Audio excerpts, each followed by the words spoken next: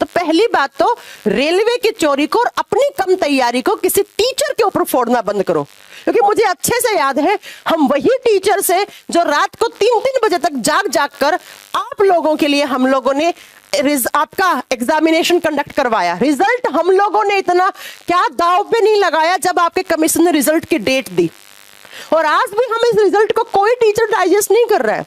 यकीन मानिए जब मुझे नहीं हो रहा है तो किसी को नहीं हो रहा है, इस पर भी हम सोचेंगे, कुछ करेंगे।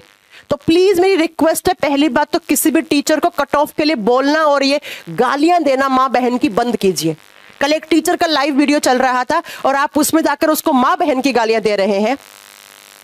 बस उसने आपको कट ऑफ बताई, उसे थोड़ी ना पता था किस तरीके से रिजल्ट आने वाला है। अब इसके लिए अगर आपको पहली बात, आप किसी के लिए आप लोग पढ़े लिखे बच्चे हैं, अपशब्द यूज मत कीजिए, और अगर आपको करने भी हैं तो अपने कमीशन के लिए कीजिए, नहीं तो आगे से कोई टीचर आप लोगों के लिए कभी फाइट नहीं करेगा। याद रखिएगा, कल को अगर ग्रुप डी का एग्जामिनेशन जो फरवरी में होना है, अगर उसकी डेट पोस्टपोन हो गई तो कोई टीचर आप लोगों के लिए साथ में नहीं आएगा। मैं तो बिल्कुल नहीं आने वाली हूँ।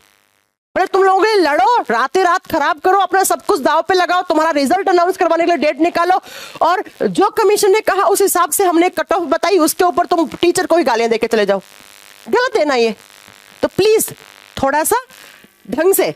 अब देखो ऐसा रिजल्ट बना है, अब हो रहे हैं सब टीचर्स बात कर रहे हैं आपस में कि कुछ करना, कुछ हो सकता है क्या।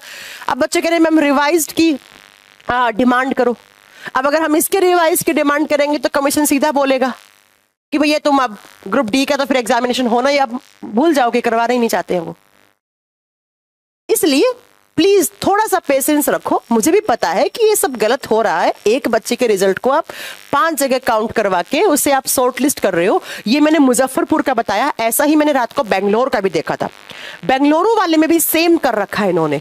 तो सारी मैं आज सारे उनका बैठकर मैं एक बार पढ़ भी रही हूँ कि सारे क्या किसी जोन में ऐसा भी कुछ अलग किया है क्या इन लोगों ने, कि किसी एक बच्चे को एक जगह काउंट किया है क्या। तो उस पर आप लोग भी पहले काम करो, उसके बाद देखते हैं हम रिवाइज्ड आपके इसके रिजल्ट की थोड़ी डिमांड करेंगे, अगर हमारी कोई सुनेगा तो। अदरवाइज भैया जो किस्मत में होगा हमारी, और जो आपकी किस्मत में होगा उसे कोई टाला नहीं जा सकता। लेकिन ये बात पक्का है कि इन लोगों ने इस तरीके से रिजल्ट बनाया है तो मैक्सिमम 3 लाख से ऊपर बच्चों को इन्होंने शॉर्ट लिस्ट नहीं किया होगा। बस ये 3 लाख मैक्सिमम स्ट्रेच करके लिमिट है।